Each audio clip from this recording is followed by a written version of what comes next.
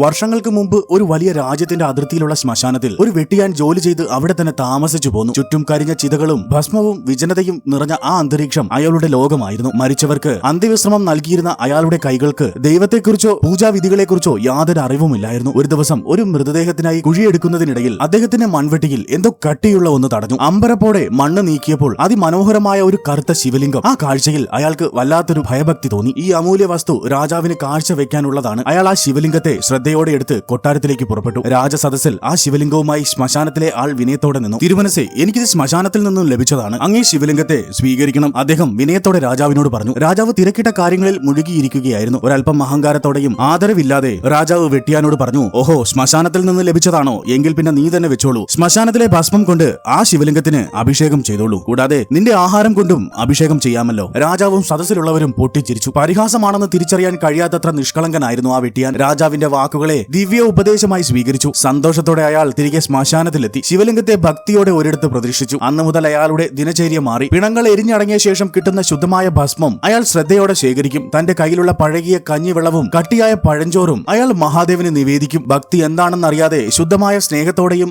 ആത്മാർത്ഥതയോടെയും രാജാവ് പറഞ്ഞതുപോലെ അദ്ദേഹം ശിവലിംഗത്തെ ആരാധിച്ചു. കാലം കടന്നുപോയി. ഒരു ദിവസം പതിവില്ലാത്ത വിധം അതിശക്തമായൊരു മഴ പെയ്തു. ശ്മശാനം മുഴുവൻ വെള്ളത്തിൽ മുങ്ങി. അയാൾ ഉണർന്നപ്പോൾ ഞെട്ടിപ്പോയി. തലേന്ന് സൂക്ഷിച്ചു വെച്ച ഭസ്മം മുഴുവൻ മഴയിൽ കുതിർന്ന് ഒലിച്ചു പോയിരിക്കുന്നു. ശിവലിംഗത്തിന് അഭിഷേകം ചെയ്യാൻ ഒരൽപ്പം ചാരം പോലും ബാക്കിയില്ല. ആ വെട്ടിയാൻ തകർന്നു പോയി. അല്ലയോ ഭഗവാനെ, ഇന്ന് ഞാൻ എന്തുകൊണ്ട് അങ്ങയ്ക്ക് അഭിഷേകം ചെയ്യും? അങ്ങയോട് എന്റെ സ്നേഹം പ്രകടിപ്പിക്കാൻ എനിക്ക് എങ്ങനെ കഴിയും? അവന്റെ കണ്ണുകൾ നിറഞ്ഞു. പെട്ടെന്ന് അയാളുടെ മനസ്സിൽ ഒരു ചിന്ത വന്നു. തന്റെ ഭക്തി ഭഗവാന് സമർപ്പിക്കാൻ താൻ തന്നെ ഒരു യാഗവസ്തുവാകണം. അയാൾ ഉടൻ തന്നെ കുറെ വിറകുകൾ അടുക്കി ചിതയൊരുക്കി ഭാര്യയെ വിളിച്ചു. അവളുടെ മുഖത്ത് നോക്കി അയാൾ തീവ്രമായ സ്വരത്തിൽ പറഞ്ഞു, പ്രിയേ, ഭഗവാൻ ഇന്ന് അഭിഷേകം ചെയ്യാൻ ചാരമില്ല. എന്റെ ശരീരം എരിഞ്ഞാൽ കിട്ടുന്ന ഭസ്മം കൊണ്ട് നീ ഭഗവാന് അഭിഷേകം ചെയ്യണം. അതായിരിക്കും എന്റെ ഭക്തിയുടെ പൂർണ്ണമായ സമർപ്പണം. ആ വാക്കുകൾ കേട്ട് ഭാര്യയുടെ ഹൃദയം നുറങ്ങി. എങ്കിലും ഭർത്താവിന്റെ ആത്മത്യാഗത്തിന്റെ തീവ്രത അവൾ തിരിച്ചറിഞ്ഞു. എന്നാൽ അവൾ ഒരു നിമിഷം ചിന്തിച്ചു, ഇദ്ദേഹം മരിച്ചാൽ ഈ ശ്മശാനത്തിലെ ജോലികൾ ആര് ചെയ്യും? ഇവിടെ വരുന്ന അനാഥ ശരീരങ്ങൾ അന്ത്യവിശ്രമം കിട്ടാതെ ദുരിതത്തിലാകില്ലേ? ഉടനെ അവൾ ഭർത്താവിന്റെ കൈകളിൽ പിടിച്ച് തീവ്രമായ സ്വരത്തിൽ പറഞ്ഞു, അങ്ങ് ഇവിടെയുള്ളവർക്ക് വേണ്ടിയാണ് ജീവിക്കേണ്ടത്. ഞാൻ പോകാം. എന്റെ ശരീരം ഭസ്മമാകട്ടെ. നിങ്ങൾ ആ ഭസ്മം കൊണ്ട് ഭഗവാനെ പൂജിക്കണം. അത് പറഞ്ഞ് ഒരു നിമിഷം പോലും വൈകാതെ അവൾ ജ്വലിക്കുന്ന ചിതയിലേക്ക് നടന്നിറങ്ങി. ഭഗവാനോടുള്ള അചഞ്ചലമായ സ്നേഹം ആ തീയേക്കാൾ വലുതായിരുന്നു. അവരുടെ അചഞ്ചലമായ സ്നേഹം കണ്ട് സംപ്രീതനായ മഹാദേവൻ മാതാ പാർവതിയോടൊപ്പം അയാൾക്ക് മുന്നിൽ പ്രത്യക്ഷനായി. തുടർന്ന് അഗ്നി അണയുകയും അദ്ദേഹത്തിന്റെ ഭാര്യ പൂർണ്ണ ആരോഗ്യത്തോടെ തിരിച്ചു വരികയും ചെയ്തു. മഹാദേവനും മാതാ പാർവതിയും ഇരുവർക്കും മുക്തി നൽകി അനുഗ്രഹിച്ചു. ഈ അത്ഭുതം കേട്ടറിഞ്ഞ രാജാവ് തളർന്നു.